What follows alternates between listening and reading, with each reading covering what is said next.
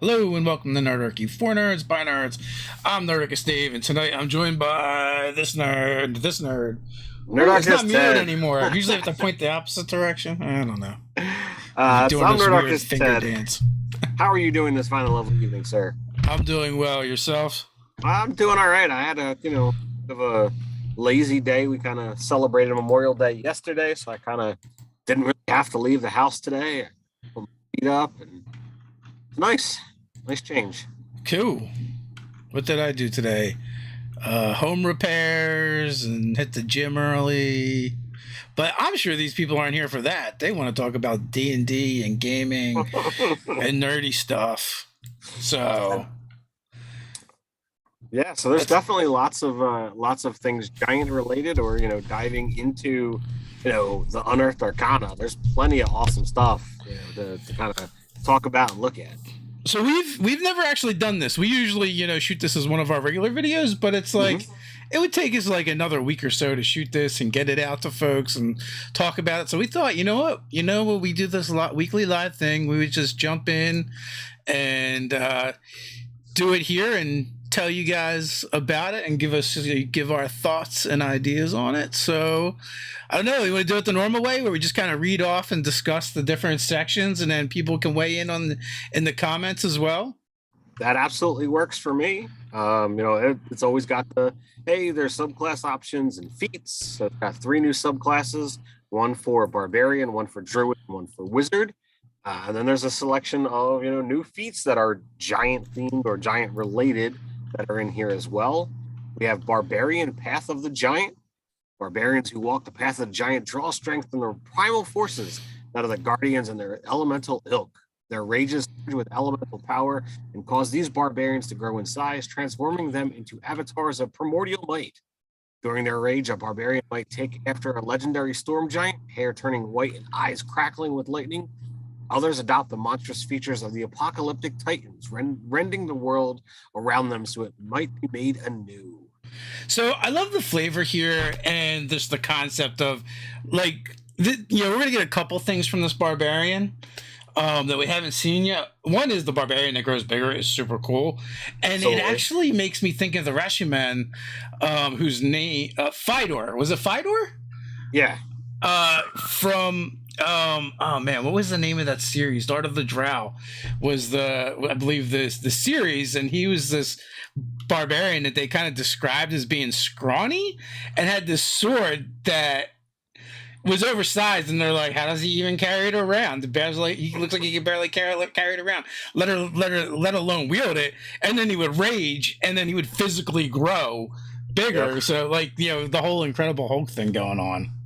The thing that I like the most about it is that second paragraph of being able to manifest, giant changes. And I don't mean the size, but I mean your eyes crackling with lightning, skin changes, those kind of features. They kind of give way to more of the, that thought pattern that 5th edition characters are superheroes and they can do these kind of, bizarre things. So I love that stuff. And even with it only being cosmetic, yeah, I just adore being able to do that kind of stuff. Well, I'm here for the growing. And speaking of, our first thing is giant power at 3rd level. When we first take this path, when you choose this path, you learn to speak, read, and write giant or one other language of your choice if you already know giant. Additionally, you learn either the druidcraft or thaumaturgy cantrip. Your choice. Wisdom is your spellcasting ability. So we get a spell and we get a language. So I find it odd that the barbarian who casts spells while raging gets a cantrip. I mean, it's not a combat use thing, but want to be able to grow flowers or make loud noises. I think that's kind of fun, and it's a flavor thing, so it doesn't really add a whole lot to it. But learning giant is definitely cool, considering how tied into like the core lore the giants are. I definitely did. It makes sense. Yeah. Giants Havoc, 3rd level. Your rages pull strength from the primal might of giants, transforming you into a hulking force of destruction. While raging, you gain the following benefits. You get Crushing Hurl when you make a successful ranged attack with a thrown weapon using strength. You can add your rage damage to the attack roll. And Giant Stature, your reach increases by 5 feet, and if you are smaller than large, you become large, along with anything you're wearing. If there isn't enough room for you to become large, your size doesn't change. So I find this hilarious that it's not just, oh, you get one size larger, become large. So that means like if you're a halfling or a goblin, you're growing to like 8 times your size. Yeah. If you take this one, which that to me is utterly hilarious. That's where I went to right away too. It's like, oh, you can literally make a Spriggan, right? I don't know if they exist in 5e or not, but you know, the idea that you could be small and then you're large all of a sudden, super cool. And then someone could cast enlarge on you technically and make you even bigger. That is true. But one of the things I was alluding to is you can now do something you couldn't do before, and that is use thrown weapons when you rage and have the damage incorporated, which is awesome. So now you can make a ranged barbarian that hurls things. Yeah, I feel like that's one of those things that was like, you know, got to stick in my craw, or whatever the expression is. Like, I'm sorry, why would you not apply your rage damage to anything that is using your strength for damage? I thought you were going to be like, Giant Crushing Hurl. This is bullshit, Wizards, because barbarians don't throw things when they're angry. I think every barbarian should have that ability. If anything you're doing that applies your strength modifier to damage should apply that. But you know what? It's not anything that I'm, you know, so over the top that I have to just like, no, everybody gets it. But, you know, so seeing it here, it's like, all right, well, at least somebody can do it. This is like the ultimate tantrum barbarian now, because now you can get angry and throw things. So next up, 6th level, we get Elemental Cleaver. Your bond with your elemental might of giants and their ilk grows, and you learn to infuse weapons with primordial energy. When you enter your rage, you can infuse one weapon of your choice that you're holding with one of the following damage types: acid, cold, fire, thunder, or lightning. While you wield an infused weapon during your rage, the weapon's damage type changes to the chosen type. It deals an extra die 6 damage of the chosen type when it hits, and it gains the thrown property with a normal range of 20 feet and a long range of 60 feet. If you throw a weapon, it reappears in your hand the instant after it hits or misses the target. The infused weapon's benefits are suppressed while a creature other than you wields it. While raging and holding the infused weapon, you can use a bonus action to change the infused weapon's current damage type to a different one from the above damage types. So I think it's definitely fun giving barbarians the ability to do more damage, giving them a thrown capacity definitely fits the flavor, because giants are definitely known for throwing things, and you don't have to worry about like, oh, if it disappears, I've got it right here. I throw it, it's back. It's cool. I would make one tweak to this ability. What would you do? In my games, if you want to keep the original weapon damage, you may.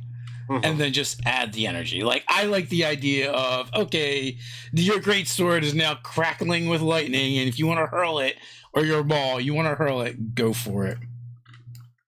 But that's it. Yeah, I'm definitely on board for that aspect as well. And that you can either change it all, or you can make it a half-half kind of deal. Next up, we've got Mighty Impel. 10th level power. Your connection to giant strength now allows you to hurl both allies and enemies on the battlefield. As a bonus action while raging, you can choose one medium or smaller creature within your reach and move it to an unoccupied space you can see within 30 feet of yourself. An unwilling creature must succeed on a strength saving throw, figured out as normal using your strength, to avoid the effect. If at the end of the movement, the thrown creature isn't on a surface or liquid that can support it, the creature falls, taking damage as normal and landing prone. So 2 things come to mind for this. One, now you can fastball special. Yep. Which, of course, you know, we've had plenty of characters try and do it in the past anyway, and then make their DMs figure out what that means. But in addition to that, now, like, I totally want to smack something and then bonus action throw it straight up in the air 30 feet, and then, you know, as it hits the ground, smack it with my weapon again. The other thing that would make it cooler is if you actually had the ability to push it as well. Right. But yeah, you can basically lob your enemies up and then take swings at them on their way down, or throw them off a bridge or a cliff. Right. But I mean, I'd wait for them to, fail to save and let my next attack can be with advantage. Yeah. But that's just me. That's just you. Well, I mean, technically you're a barbarian. You're always attacking with advantage if you play right. Well, there is that aspect as well. I mean, my barbarian in Ted's game, I'm just like, Ted, just assume you have advantage to hit me. I'll let you know if you don't. So. He's like, yeah, I'm just going to attack reckless all the time. That's just how it works. Yeah, why would you not? And the way I roll dice, I absolutely need to. Well, so Demergic Colossus. I don't know what that first word is, and if I'm pronouncing it right.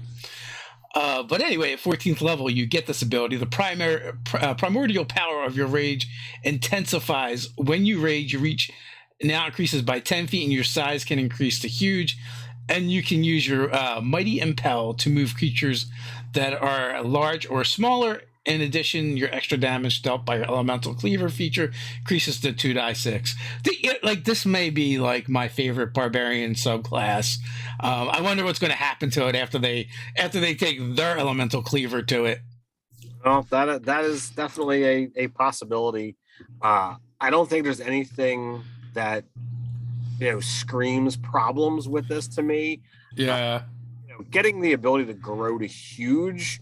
I mean, that definitely goes into more, really stemming into the superhero quality, because I'm sorry, even if you take, let me be as large as possible and push that 7 to 8 feet of medium boundaries that, some of the races could technically be huge.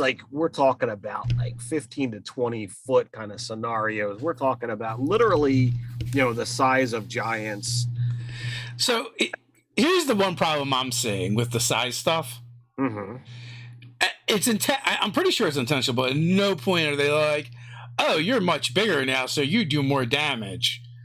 When I thought about this, I immediately went to, all right, my medium-sized character will carry a large-sized whatever weapon X, whatever it is, right? So just so that when I rage, I can use the bigger weapon, right? And I can't be the only one that went there and is immediately as well.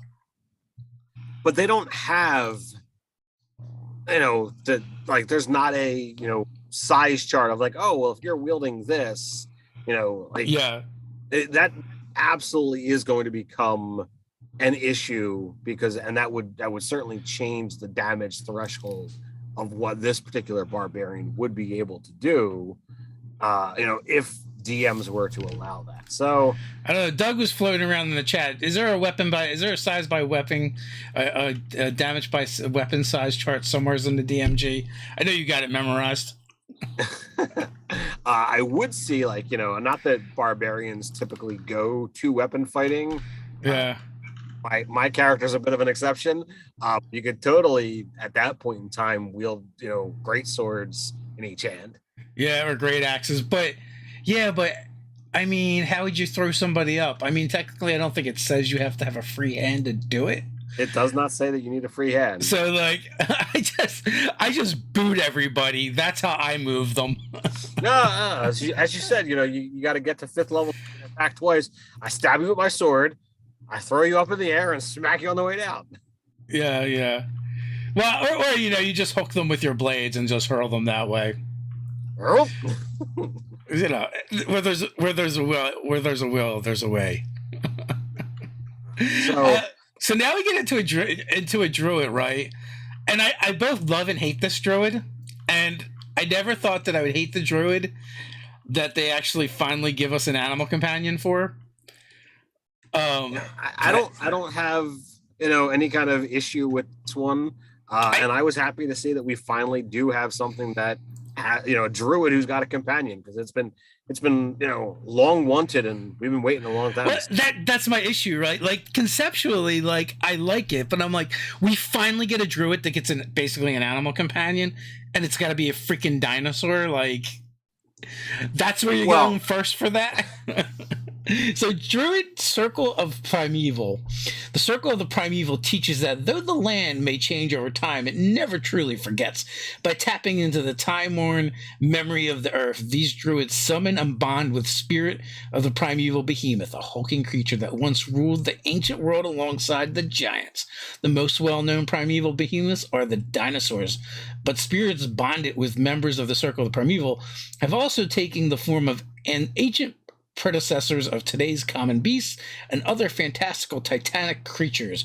Working alongside their companion spirit, most druids of the Circle of the Primeval spend their lives delving into long forgotten places and preserving the remnants of bygone eras. As a druid power grows, so does their companion, the beast starting near equal in size to its druid partner before increasing its stature until it too towers over the land.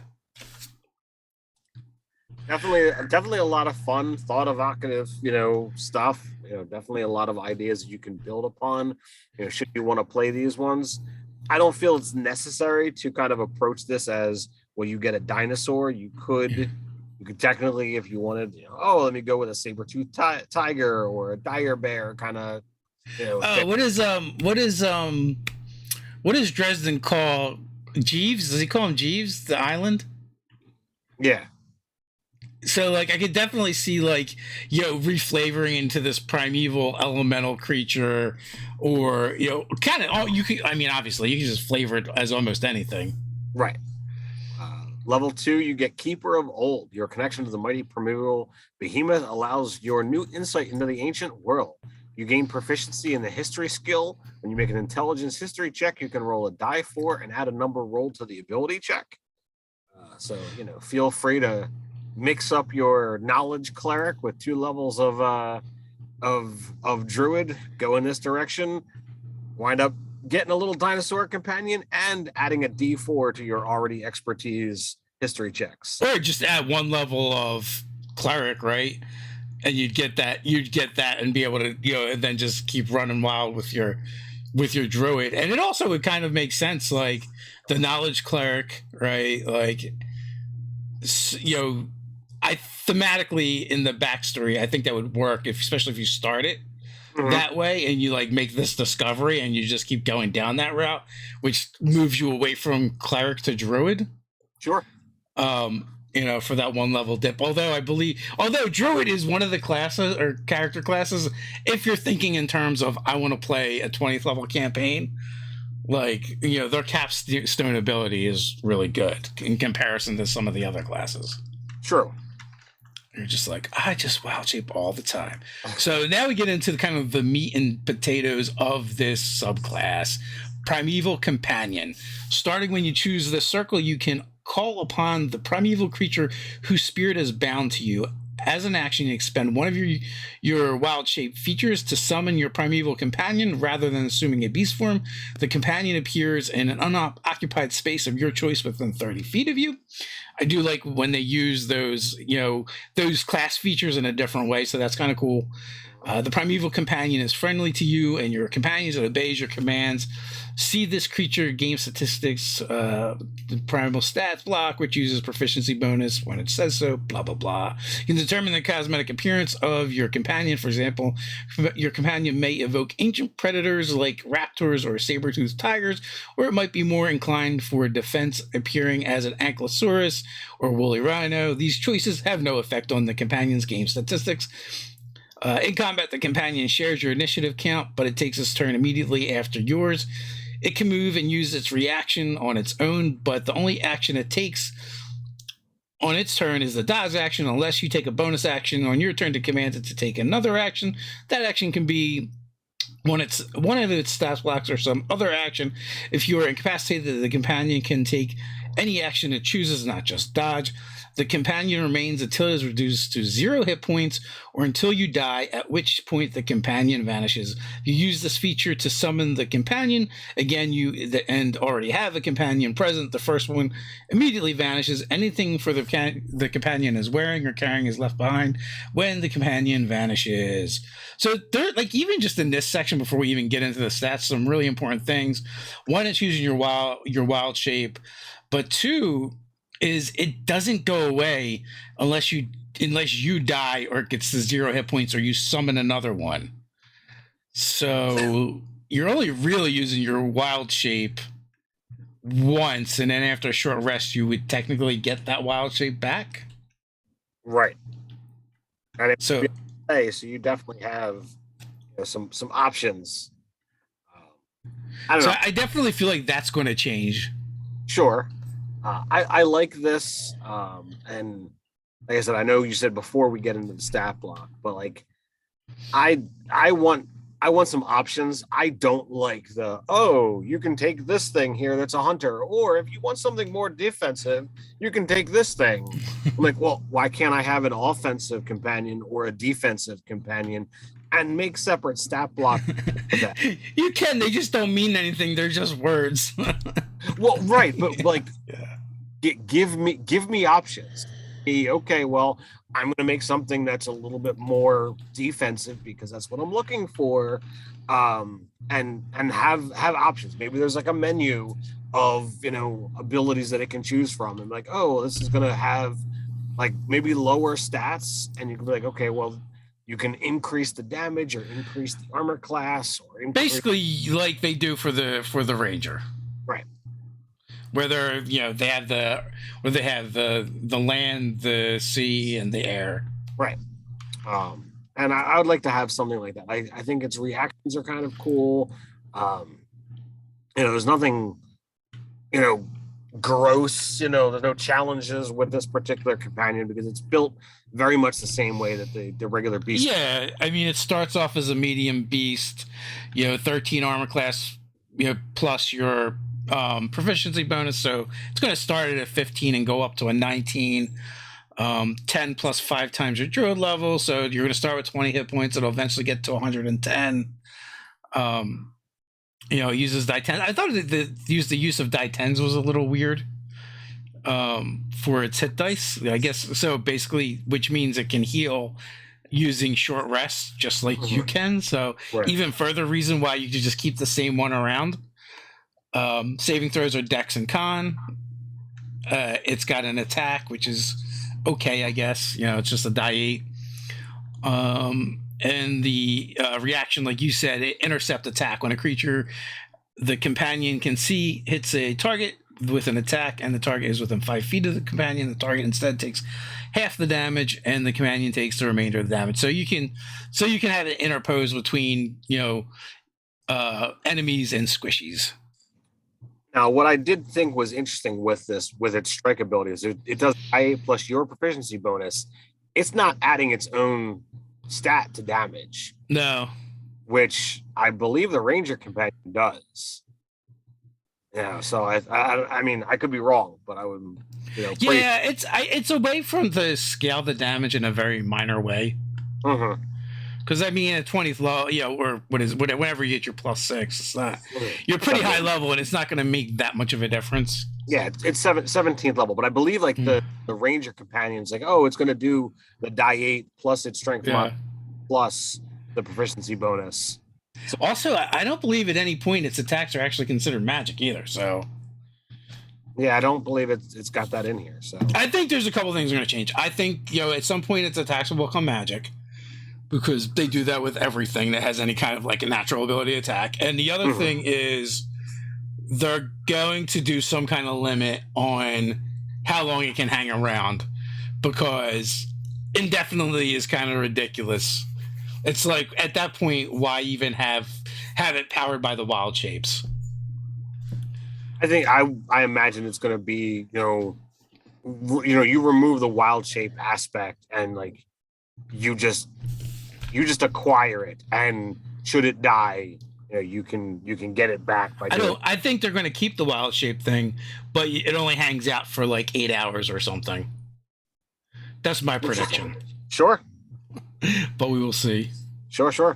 So prehistoric conduit 6th level, you learn how to channel your magic through a primeval companion. When you cast a spell with a range other than self, the spell can originate from you or your companion. In addition, the companion is affected by a spell you cast that allows creatures to make a saving throw against its effects. The primal companion has advantage on its saving throw. If the companion would normally take half damage on a successful save, The companion instead takes no damage on a successful save and half as much damage with no additional effect on a failed save. So it can be ground zero for your fireballs, but you're a druid and don't have fireballs. Um, so there's that. But the first ability I like to me, I instantly thought about like casting Thunder Wave and then like originated from your beast and have it roar. Yeah, that's where my pure brain went. I'm like, that would be fun. I was right there with you. So it's super cool. You know, the second ability is so you can target the area that it's fighting in with your spells, and the first area is that's very useful. You know, and a lot of those spells that you have to normally do close, now you don't. You just send your creature over there and blast them with it. Which also increases your range. So next up we have Titanic Bond at 10th level. The primeval companion grows to large size, and when you summon it, you can grant it either a climb speed or a swim speed equal to its walking speed. In turn, the primeval companion lends you some of its terrifying might once per turn. While your primeval companion is summoned, when you hit a creature with an attack or deal damage to a creature you can see with a spell you cast, you can force the creature to make a wisdom saving throw against your spell save DC. On a failure, the creature is frightened of you until the end of your turn. You will have a big scary monster, so now you can say "rawr" and make people afraid. I like it. So definitely a lot of fun, with this, with this ability, being able to give it some, bigger size and give it a climb speed or a swimming speed makes it a little bit more useful. If it's large, that means you can ride it. Now you can ride it while it climbs or swims. So, it becomes far more useful to you in that direction. So definitely a lot of fun. It gets utility and you get scary. Scourge of the Ancients, 14th level. You have learned to fully harness the Titanic legacy of your companion. As part of the bonus action you use to command your companion, you can expend a spell slot of any level to heighten your companion's might, granting the following benefits. Hulking Behemoth. The companion becomes huge and gains temporary hit points equal to 10 times the level of the spell slot expended. If there isn't enough room for the companion to become huge, it attains the maximum possible size in the space available. Mauler, on a hit, the companion strike deals additional damage equal to 1d8 plus the level of the spell slot expended.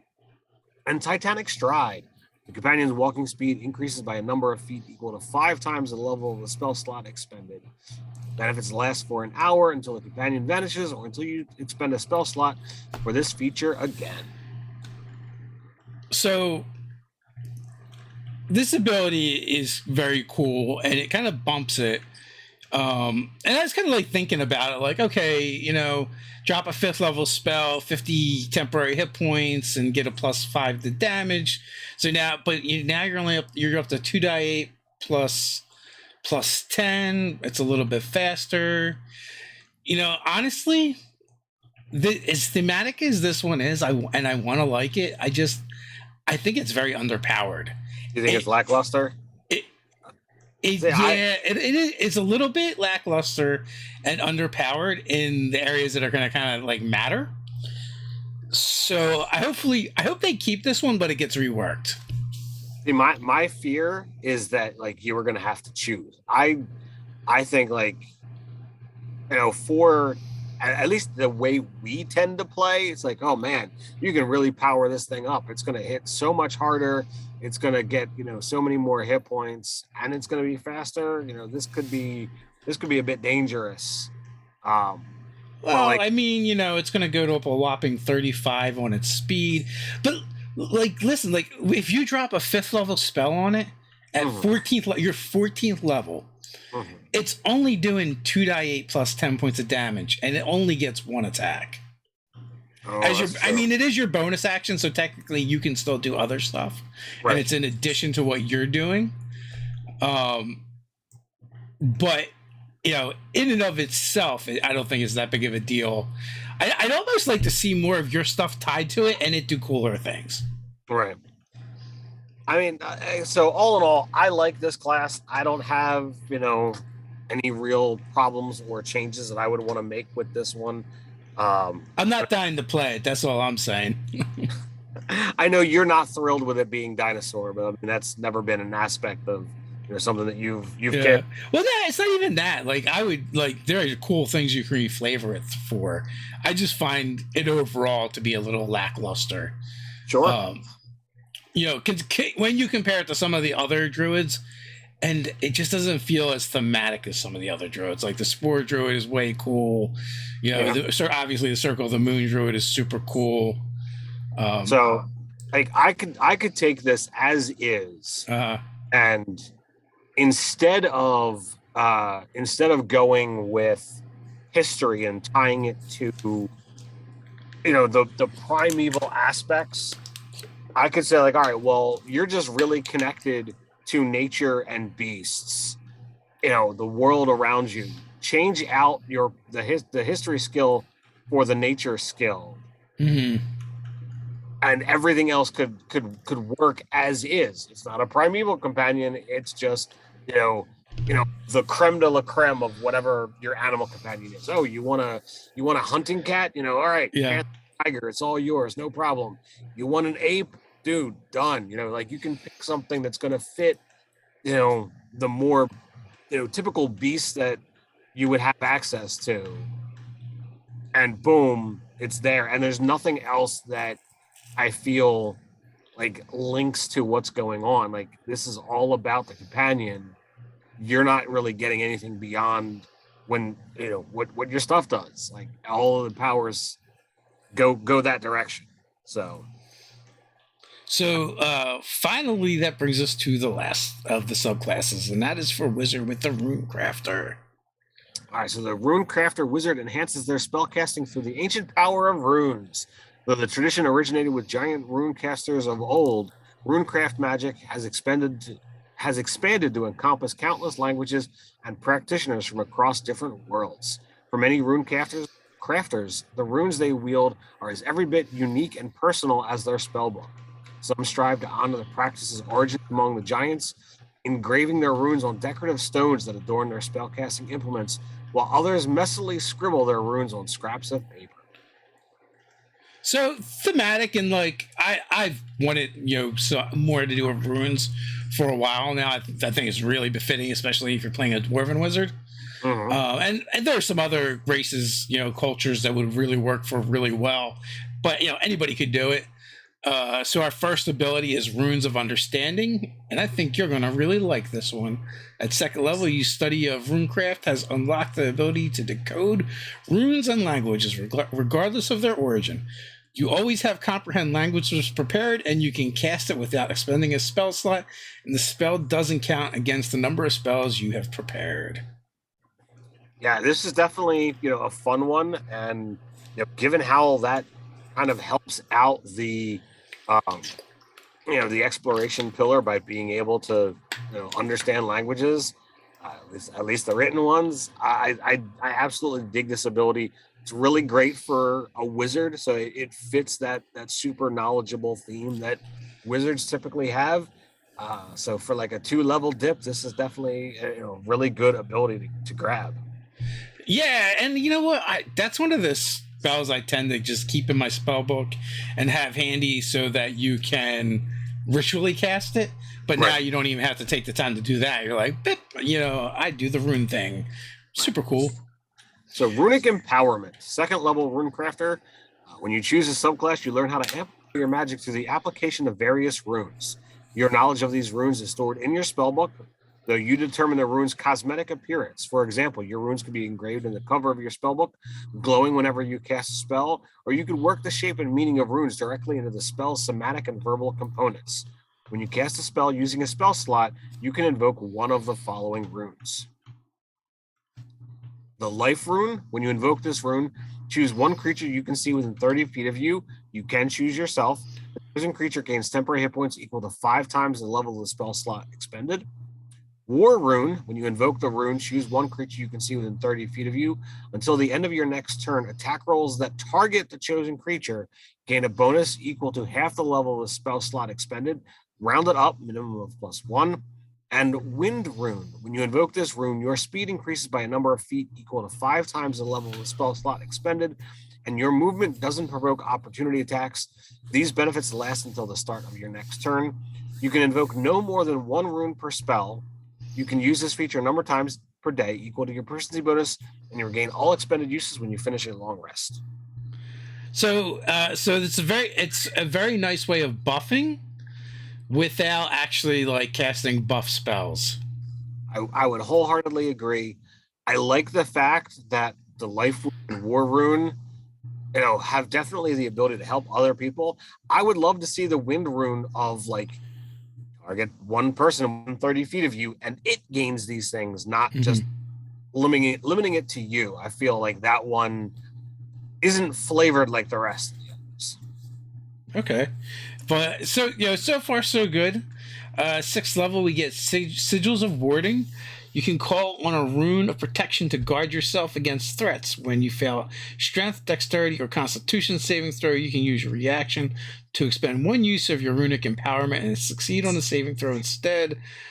This is a super strong ability. It's super good. It's a limited resource, but I mean, like when you're going to fail that Constitution saving throw, be like, boop, no, I didn't. Yeah, that is always a good thing to have, that that card in your back pocket when you're like, all right, I'm a wizard, I don't want to lose this spell, I don't want to have to cast this again, or out of those spell slots. But I mean, but that being said, and like, I'm not sure how I feel about this, and we'll probably dive into a little bit more. At this point, you only have 3 uses. Oh, at 14th level, Engraved Enmity, you have We gotta go to 10th first, though. Oh, I'm sorry. My fault. 10th level, Rune Maven. Your understanding of Runecraft has grown immensely. Whenever you use your Arcane Recovery feature, you can regain a number of your expended uses of Runic Empowerment. The number of uses you regain can be no more than half your Intelligence modifier, rounded up minimum once. All right, so this is where like this ability is the one that kind of gets me going. Like at first I'm like, I don't know if now you got to get the 10th to get here, but I'm like, I don't know if you get enough uses of these abilities, or if you're just gonna burn through them really fast and you're just gonna be a sad monkey after that. But it's like 10th level, you're gonna have that 20 intelligence probably, so you'll be able to get 3 more back. So technically it's more like having 9 of them a day, right? When you max out, when you're there at 10th level. What is your proficiency? Is that a +4 on your proficiency bonus? Yes. Yep. So you're technically at 7. So you're gonna have to pick and choose where they go. And while they're decent and they're cool, I don't know if they're that cool, right? That you're gonna like, because you can burn through them that fast. Like, I don't know if the abilities are like so strong that you have so few of them. I'm not sure about that part. Do you think that they should be reset on a short rest and Rune Maven be replaced with something else? So like, there's a couple of routes you could go, right? You could make them more powerful and not have as many of them, or have them, like you said, reset on a short rest. So I definitely feel I could go in either direction. I think what they offer is good abilities, and you can choose how you do it, but none of them are like, oh my god. Well, like compare them to the Bard, right? Like, and so like a lot of inspiration fueled abilities, I would compare it to that, and be like, well, and how often do you get to use Bardic Inspiration, and how often does that reset? They're also full casters. So, when I compare it to that, and it's all everything you're getting is basically based on this one resource too. That is true. So I would say that perhaps the effects can scale some of the way the Bardic Inspiration die grows as you go, or maybe they just need more castings of these runes. Yeah, like I said, I think there's a couple ways to fix it, like either more or scaling or making them beefier, but just have as many, so when you do use them, they're super impactful. So at 14th level, you get Engraved Enmity. You have mastered the art of wielding your runes directly against your foes. As a bonus action, you can target one creature you can see within 60 feet of yourself. Your creature must succeed on a Wisdom save against your spell DC, or be magically marked by your Enmity rune. The Enmity rune appears as a faintly glowing mote of energy that hovers over the marked creature, which suffers the following. And see, here's another problem, right? Here's your most powerful ability, and it's save or suck. Runecrafter's Bane. The creature has disadvantage on saving throws made against spells you cast. Unveiled Enemy. The radiance of the glowing runes makes the creature visible if it's invisible, and the creature can't become invisible while the rune persists. We're going to go back to that one. There's a problem. Woeful Curse. When you mark a creature and as a bonus action, a creature and as a bonus action on subsequent turns for the duration, you can invoke the Enmity rune to curse the creature until the start of your next turn. The next time one of your allies hits the cursed creature with an attack roll, the target takes a die 8 force damage and the curse ends. The Enmity rune lasts for 1 minute or until you lose your concentration, as if you were concentrating on a spell. Once you have marked a creature in this way, can't do so again until you finish a long rest, unless you expend a spell slot of 3rd level or higher to use this feature again. So, I mean, we do like when you get to use, your spells in order to power it. Also, I guess this is aside from your other runes you get to use. So this doesn't take from that. But no, go ahead. I just going to put the Unveiled Enemy, right? First of all, let's see how the mark works. The Enmity rune appears as a faintly glowing mote of energy that hovers over the marked creature, which suffers. Okay, no, that's not what I wanted. As a bonus action, you can target one creature you can see within 60 feet of yourself. Unveiled Enemy. The radiance of the glowing rune makes the creature visible. You technically can't target an invisible creature with this ability because you can't see it. Yeah. So, that negates the first part of it. So, you might need to reword that a little bit. Otherwise, it's kind of cool. But it's a 14th level ability that's like Fairy Fire, but not as good. All right, so let me look at this. So the only good thing about this is you target a single person and disadvantage on saving throws made against spells you cast. All right, that aspect is good. But in order for it to apply, you do need to see them. They have to make a wisdom save against your spell save DC, or in order for this to happen. Other than them having disadvantage on saves. Yeah. Only other thing that really applies, because you can't make them become visible because you can't target an invisible creature. I think that's an oversight personally. Sure. That they did oh, this would be cool, but they didn't realize, wait a minute, our language up here says you wouldn't technically be able to do that because you can't target them. But the other thing of all right, you can pick one creature once. Yeah. That causes some damage to them, and you can add an extra D8 force damage. And then at that point in time, it's all over. No. So I had to read this 4 times. When you mark a creature as a bonus action on subsequent turns, for the duration, you can invoke the Enmity rune to curse the creature. The way I take it is until you use your bonus action, when you first enact it, and then when you use your bonus action to renew it, you're cursing them. But it's on them for a minute. So if you use your bonus action for something else, you can't do it. And the ally has to hit them. And I don't know why you need an ally to hit them. It's only a D8. Can't you just say for a bonus action you do a D8 of force damage because you've cursed them?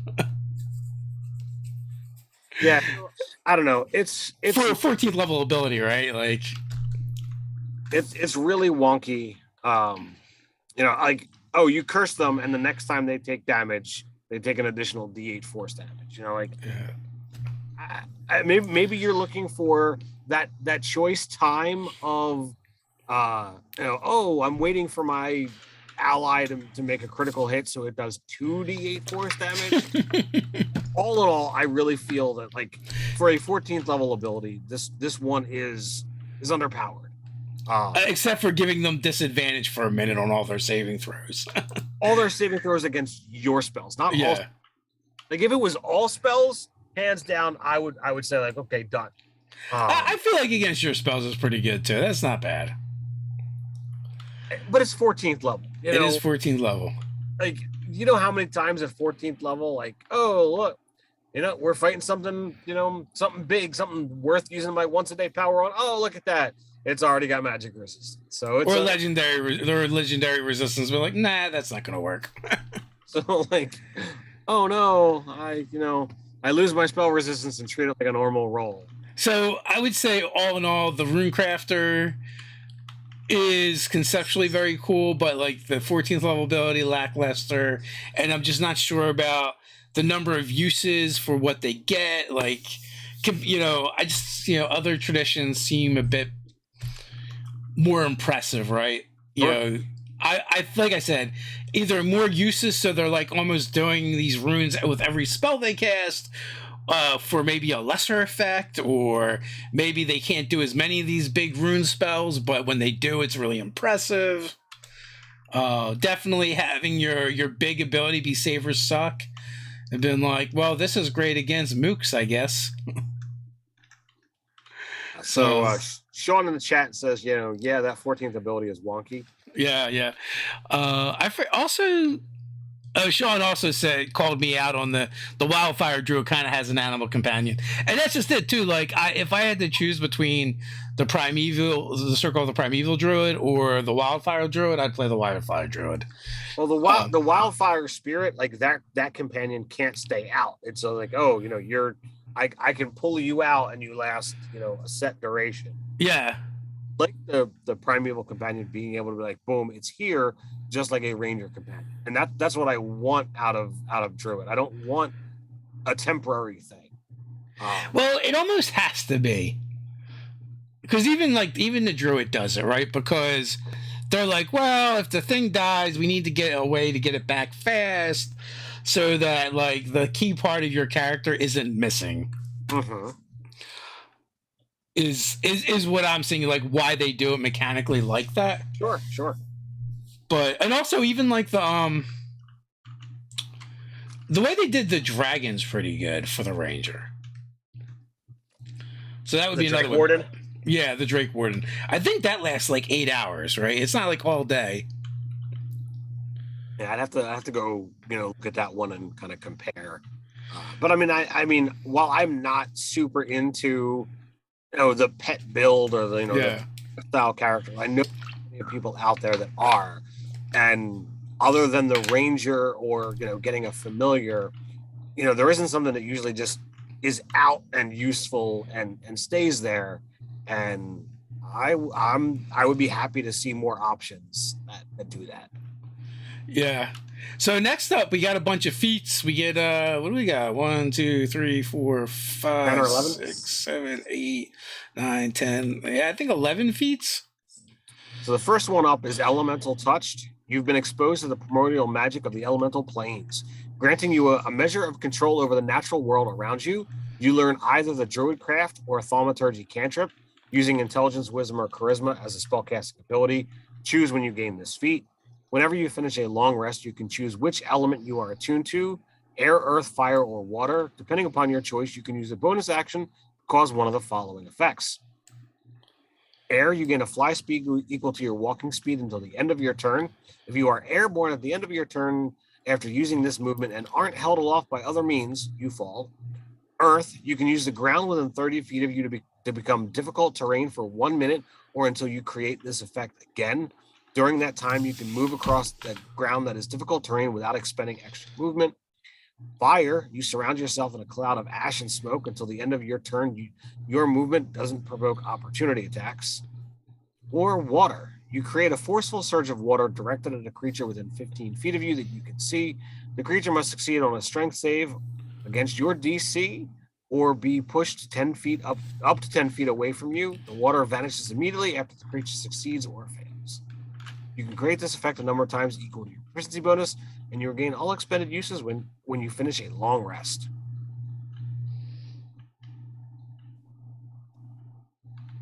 So I like this, but I would like it better if you could switch between the elements easier. I looked at this one as a little wonky. It's definitely weird. Like, all right, if you are surrounding yourself with ash and smoke, doesn't that distort visibility? So like, yeah, it's only for a blip of a second, to allow you to move and not get swung at. But I think that's kind of weird. Difficult terrain for a minute that isn't difficult terrain for you is kind of cool. I don't think it's going to get used super often. Yeah, getting a fly speed is nice, but how many people are going to move their movement speed and just be like, all right, crap, I couldn't get to where I wanted. And GMs are going to call them on it. Well, all right, I guess you fall 60 or 80 feet or, whatever it is. Like, why can't, if you're invoking air, can I get a feather fall out of that shit too? Like, come on. No, you can't. Well, I mean, that was my thought pattern. Like, yeah. The water is the only one that I think I would actually take, and that's usually odd for me. Like, fire is usually a damagey thing. And they're like, no, can't do damage. We're just gonna push people. That's it. So the control aspect is nice. Like I said, I think it would be better if you could, when you go to use it, you just choose which one you're doing. You have limited uses based on your you're gonna max out at 6 uses per day anyway. Yep. I see the air being more like you're force leaping than flying, right? You're like, well, I need to get all the way over there. But that being said, so some of these are very specific to like, what class are you playing? What classes are you playing? What races are you? I mean, monk, step of the wind. You're already fast. Like, you could fly pretty far, in a single round if you needed to. You dash, you move, you step of the wind. That's true. So like, so that could be super useful. Barbarians are also fast, depending on your choices. Maybe you're playing a centaur. Earth, I like the earth one. If you're playing like a barbarian or a melee-based martial character, earth, you're gonna be really sticky. Like 30 feet of difficult terrain that doesn't affect you. And also it'd be super cool to be an earth genasi, and although I feel like you're like, I have to look and see what the revised one is, but I think they already ignored difficult terrain anyway. But the fact that you can slow everyone else down and be like, it's going to be really hard to get away from me. And then like I said, the versatility is nice, except for you have to choose the beginning of the day is like which one. Now, if you could bounce back and forth, I think it would be great. So Ember of the Fire Giant, you got to be 8th level to take this one. You've manifest the fiery combat emblematic of fire giants, granting you the following benefits. Born of Flame, you have resistance to fire damage, searing ignition. When you take the attack action on your turn, you can replace one of your attacks with a magical burst of flame. Each creature you choose within 15 feet of you that you can see must make a dexterity saving throw. On a failed save, the creature takes fire damage equal to 2d6 plus your proficiency bonus and is blinded until the start of your next turn. On a successful save, the creature takes half as much damage with no additional effects. You can use your searing ignition a number of times equal to your proficiency bonus. Gain expended uses when you finish a long rest. Yeah, it's nice. You've got some extra damage to put out there. You get fire resistance. It's 8th level. We know fire is one of the most, damaging aspects in the game. So I think that one is a solid get if you're going to use it all. Yeah, being resistant to fire, of course, and like the burst damage is one of your attacks is nice. But also you're doing damage and also causing effects. So you're debuffing the enemies and buffing yourself. And 15 feet, that's not too bad, especially like you're raging barbarian in the center of everything. Yeah, I think visually that's pretty cool. We got basically the Red Hulk. Yeah, I can dig that. Fury of the Frost Giant at 4th level. You've manifested the icy might emblematic of the Frost Giants, granting you the following benefits. Born of Ice, you have resistance to cold damage. Frigid Vengeance. When a creature hits you with an attack roll, you can use your reaction to retaliate with a burst of magical ire. The creature must succeed on a wisdom saving throw or be frightened of you until the start of its next turn. You can use your reaction in this way a number of times equal to your proficiency bonus, and you regain all expended uses when you finish a long rest. Again, I like this as well. Obviously, it would probably be fun to kind of stack them, so you can just use different ones.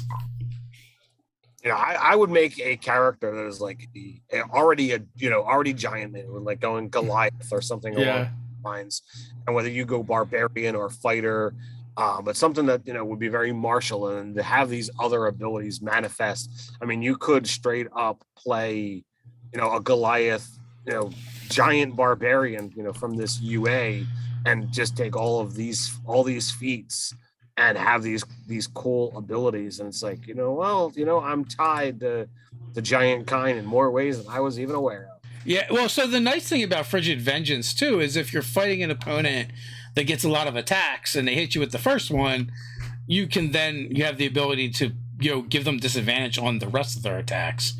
Yep. If they don't move away from you, and then if you move away from them, they technically can't move towards you. I mean, it doesn't last a long time, but you get it, get it for a little bit anyway. Next up, we have Guile of the Cloud Giants. This one also is 8th level. You've manifested an airy speech and magic emblematic of Cloud Giants, granting you the following benefits. Misty Form. You can cast a blur spell without using the spell slot or material components. When you cast the spell in this way, the spell doesn't require you to maintain concentration on it. Once you cast the spell in this way, you can't do so again until you finish a long rest. You can also cast the spell in the normal way using spell slots you have appropriate level. Intelligence, Wisdom, or Charisma is your spellcasting ability for the feature. You choose it when you choose the feat. Silver Tongue, you gain proficiency in either the Deception or Persuasion skill. Proficiency bonus is doubled for any ability checks made using this skill. Yep, that's nice. I mean, you know me. I definitely like anything that gives some expertise. So this one, here's beyond getting access to blur that you don't have to concentrate on. You're also getting a skill and expertise in it. I'm there for it. Yeah, that Misty Form is really a big deal. Like an extra concentration is no small thing. Indeed. And also Blur is really good because you have disadvantage to be attacked. Huge. I know our Blade Singers would absolutely love this, being able to be blurred and be able to be hasted. Yeah. You'd be a friggin' nightmare. So next up is the Keenness of the Stone Giant, 4th level prerequisite. You manifest the protection and spellcasting emblematic of Stone Giants, granting you the following benefits. Dreamer's Magic. You learn the Detect Thoughts spell and one 1st level spell of your choice. The 1st level spell must be from the Abjuration or Divination School of Magic. You can cast each of these spells without expending a spell slot. Once you cast either of these spells in this way, you can't cast that spell in this way again until you finish a long rest. You can also cast these spells using spell slots you already have of the appropriate level. Intelligence, Wisdom, or Charisma is your spellcasting feature. You choose this when you choose this feat. And then Mountain Sight, you gain dark vision out to a range of 60 feet. If you already have it from another source, its range increases by 30 feet. All right, so this one really got me thinking. Sure. Right, you take this and you can increase your dark vision by 30 feet. You take Gloomstalker and you can increase your dark vision by 30 feet. If you're like a Twilight Cleric, I think you have dark vision out to like 300 feet. Well, then you take the Eldritch Adept, and you get the invocation that allows you to see in darkness normally. Yeah, well, so that's only 120 feet, so it won't go out to the full. That's true. But still, yeah, like we've been talking about putting together the site-based character after based off of the world. All the half the warlock invocations seem to be about saying things. So yeah, that one's interesting, and it definitely got me thinking. I think but in a very niche way. I think it's it's not as quite as cool as some of the other giant abilities. First, so far, I like the fire and frost the best. Right. I look at this one though, and it's like the spots and one other spell, and you get a free casting of each of them per day. Yeah. Like, I had to read through when I was reading this the first time. I'm like, all right, are you only being able to cast one of these? No, it says once you cast either of these, you can't cast that spell. I'm like, all right. Sometimes it's like, you got to be a real stickler for what the word these things. So Park has a question. If you use a spell to cast blue, they mean blur. I want to cast blue though. Again, with the ability, does it not require concentration as well? I think when you cast it with a spell slot, it does require your concentration. It's just the normal spell. You get to add it to your list essentially. That would be my take on it as well. It's not like, blur is no longer concentration for you. It would specifically call that out. It would just say that, when you use it with this class's ability or subclass's ability, once a day, you don't have to concentrate. So next up, we have Outsize the Might. You have absorbed primeval magic that allows you despite your relatively small stature to embody the might of titanic creatures. This grants you the following benefits. Little but mighty, you gain proficiency in either the athletics or acrobatic skills. Powerful build, you count as one size larger when you determine your carry capacity and determine the amount you can push, drag, or lift. Stalwart, you have advantage on saving throws against being moved or knocked prone. So I like this one, but my question is, when you get abilities that are the same thing, they don't usually stack. So they don't. If they have the same name, they definitely don't. So if I already have powerful build from, say, being a Goliath or what have you, it's like you have it, you don't get anything extra. But it would stack if you were a centaur that gets an ability that's like powerful build, but it has a different name to it. So that's the part that I find wonky. Like, all right, I'm taking this thing, I'm supposed to get all of these things. So to specifically call out, like, nope, I'm going to name it something that other things already get. I think it's intentional. Which I find annoying. Like, why? Why would you specifically say, like, oh, you know what? I don't want, Goliaths to get extra things here. Nope. If you take this, you're only getting a skill and, advantage on saves to be moved or knocked prone. Like, it's so halflings can be mighty. I don't know. I'm not thrilled with that. This is the centaur feat. It's only made for centaurs. Next up, we have Runecarver Apprentice. You've begun studying the art of Runecraft, which allows you to temporarily mark your items and imbue them with magic. Whenever you finish a long rest, you can mark one non-magical weapon, armor, piece of clothing, or other object you can touch with a rune of your choice. You temporarily learn one first-level spell based on the rune you choose, as specified in the rune table, and you know the spell until you finish a long rest, when the rune fades. And you've got Blood, which gives false life, Cloud, which is fog cloud, Death, which is ray of sickness, Dragon, which is chromatic orb, Enemy, which is bane, Fire, which is burning hands, Friend, which gives bless, Frost, armor of Agathis, Hill is Goodberry, Journey is Longstrider, King is command, Light, guiding bolt, Life, cure wounds. Mountain gives you jump, Shield gives you shield, Stone gives you sanctuary, Storm gives thunderwave, War is heroism, Wind is featherfall. While you're wearing or carrying the rune-marked object, you can cast the chosen spell associated with the rune once without using a spell slot or material components. You can also cast a spell using any spell slots you have, and your spellcasting ability is Intelligence, Wisdom, or Charisma. So I look at this one and I'm like, wow, that's a lot of versatility, but you give up a lot with that feat in other options, like, because all of the other spellcasting things are like, oh, you gain 2 spells, or you gain a spell and 2 cantrips. So like this one, like, yeah, you got lots of choices, but you only get 1 spell a day. Yeah, well, I think that's good. I think that's because we could probably talk about this one and the next one together. And the next one is Runecarver Adept Prereq, 4th level, Runecarver Apprentice Feat. They finally have given into the feat trees. Your skill with the art of runecraft has increased. Whenever you finish a long rest, you can now mark a number of objects equal to your proficiency bonus with a rune from the Runecarver Apprentice Feat. An object can have only 1 rune at a time, and you must inscribe a different rune on each object. So like at this point in time, yeah, you've got, but I mean, they're all 1st level spells. It was like, all right, yeah, take 2 feats, you can get up to 6 extra 1st level spells a day, so long as they're all different, and you've got 6 non-magical objects with a rune inscribed them that you're wearing or carrying. Well, the only thing I will say though is for like take the wizard for instance. Mm-hmm. And you get up to, I don't know, what is it, 15th, 14th level when you get 6 for your proficiency bonus. Sure. You're going to add 6 1st level spells that you can each cast for free, right?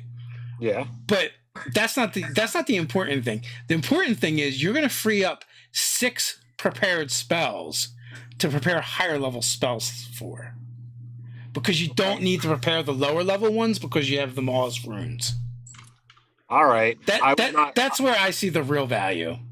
That was definitely something I was not considering. It would also give you spells outside your class. Yes. Oh, now your wizard can get access to cure wounds. Sanctuary is also a spell I believe that is not on your wizard list, as well as cure wounds, and guiding bolt. There is sanctuary. Yep. Yeah, guiding bolt and cure wounds were the things. Bless. I was looking for. Bless and Bane are definitely fun things. And then going along the lines, going in the opposite direction, like if you have a cleric who takes these, you can get access to some other things. I think characters who want access to shield, that might be a cool way to go about doing it as well. I also feel like at the lower levels, it's actually super useful too. Like say you're playing a human wizard, or man, even a human warlock, right? Because warlocks just don't get many castings as it is. Sure. So now you can actually feel like a spellcaster, even if they're only 1st level spells. But if you go human or you're playing, Dragonlance where you get a free feat, they're specific feats, so it don't matter. But if you're playing a human at 4th level, you can have both of these, and I think what is it, 5th level that your proficiency bonus goes up to +3. Yeah. So I mean, at 5th level, three more prepared spells than you would have, and 3 more castings is kind of a big deal. I would say so. So I don't know. I like it, and I also like the fact that they're bringing back feat trees. I'm there for it as well. So next up, we have the Soul of the Storm Giant. You've manifested divination abilities and tempest magic, emblematic of storm giants, granting you the following benefits: Maelstrom Aura. Prerequisite 8th level. Maelstrom Aura, as a bonus action, you surround yourself in an aura of magical wind and lightning that extends 10 feet from you in every direction, but not through total cover. The aura lasts for 1 minute or until you're capacitated.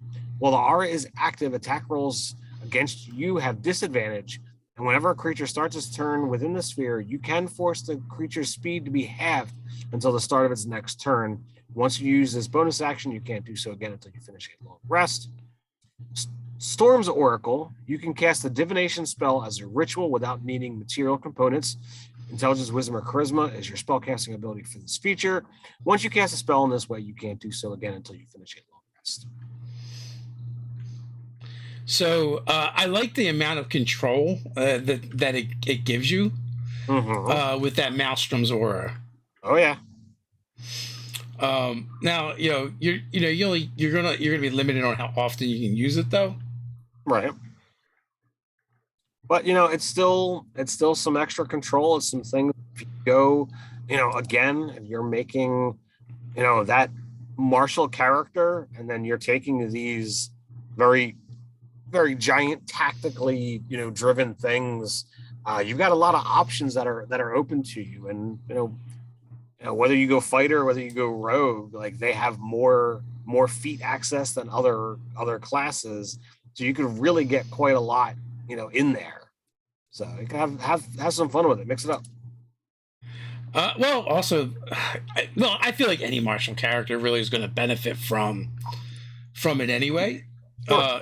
And then also, right, like even a barbarian would benefit from this because the one spellcasting ability they have is a ritual, so it's not like you're going to do it while you're in combat raging anyway. Right. Mm-hmm. So it would definitely be some interesting thing to throw in there. Again, like for the most part, I like all the giant, the giant flavored things. Yep, I would agree. So the last one is Vigor of the Hill Giant. You've manifested the resilience of emblematic of hill giants, granting you the following benefits. Bulwark.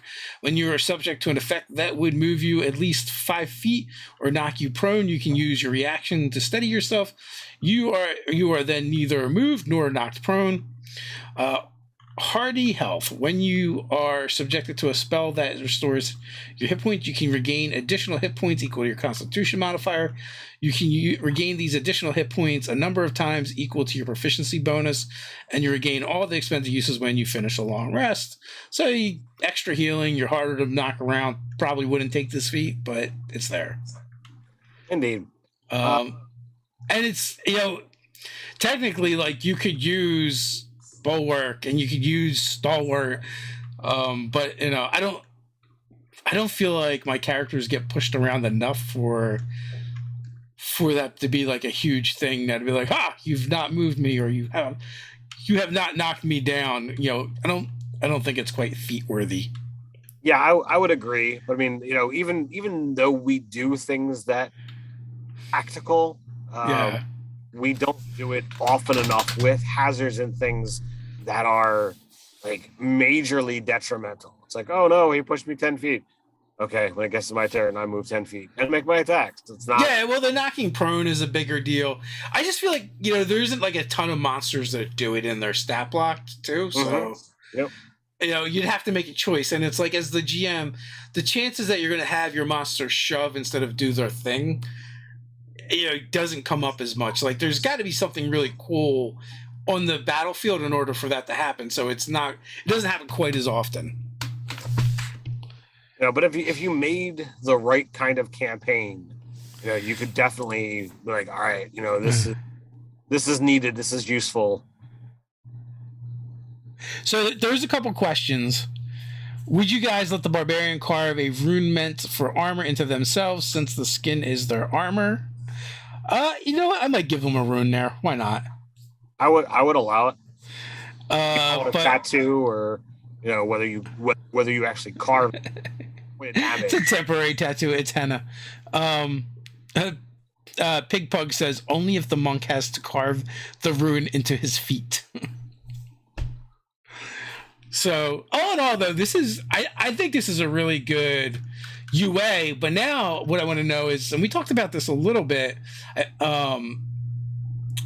in our staff meeting, is what is this? What is the what product is this for? Is this for an adventure? Are they going to do Storm? Are they going to do Storm King's Thunder 2, a sequel to that?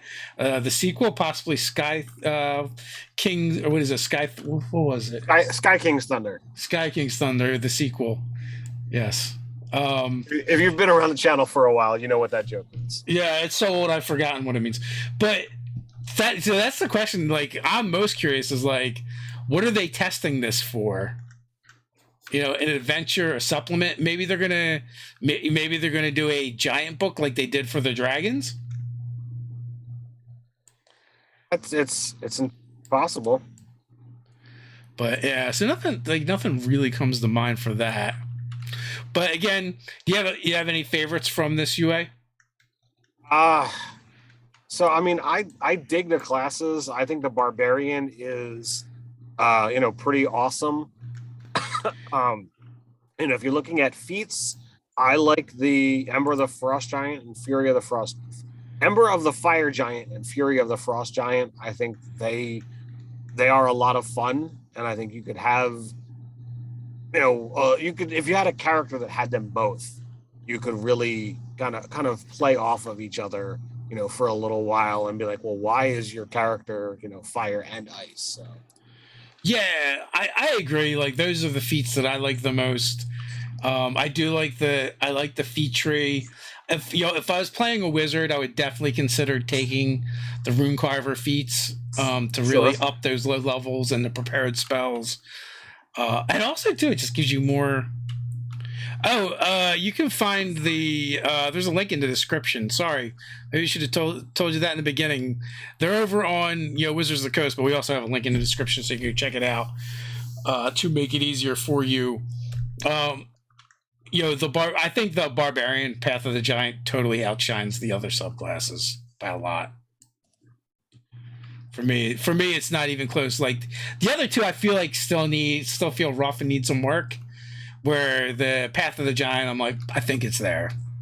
Yeah, I would agree. I'd be good with getting a little bit of tweaks to see how exactly it was gonna look in the end. But I think the giant Path of the Giant Barbarian is pretty badass. It is pretty badass. So, usually we do this for about an hour, and we've been, quarter past, but we knew it was going to run over because, the Unearthed Arcana is pretty beefy. There was a lot of stuff for us to go over and talk about. But we'll be back tomorrow night with Zoom Mafia. I believe that is episode 6. We're going into Friday afternoon. We have our Dahlia live chat, which you can come and check out. And then Ted's got something going on that evening. So Friday night, if you want to come on over to the channel, check out the next episode of Untraditionally Arcane.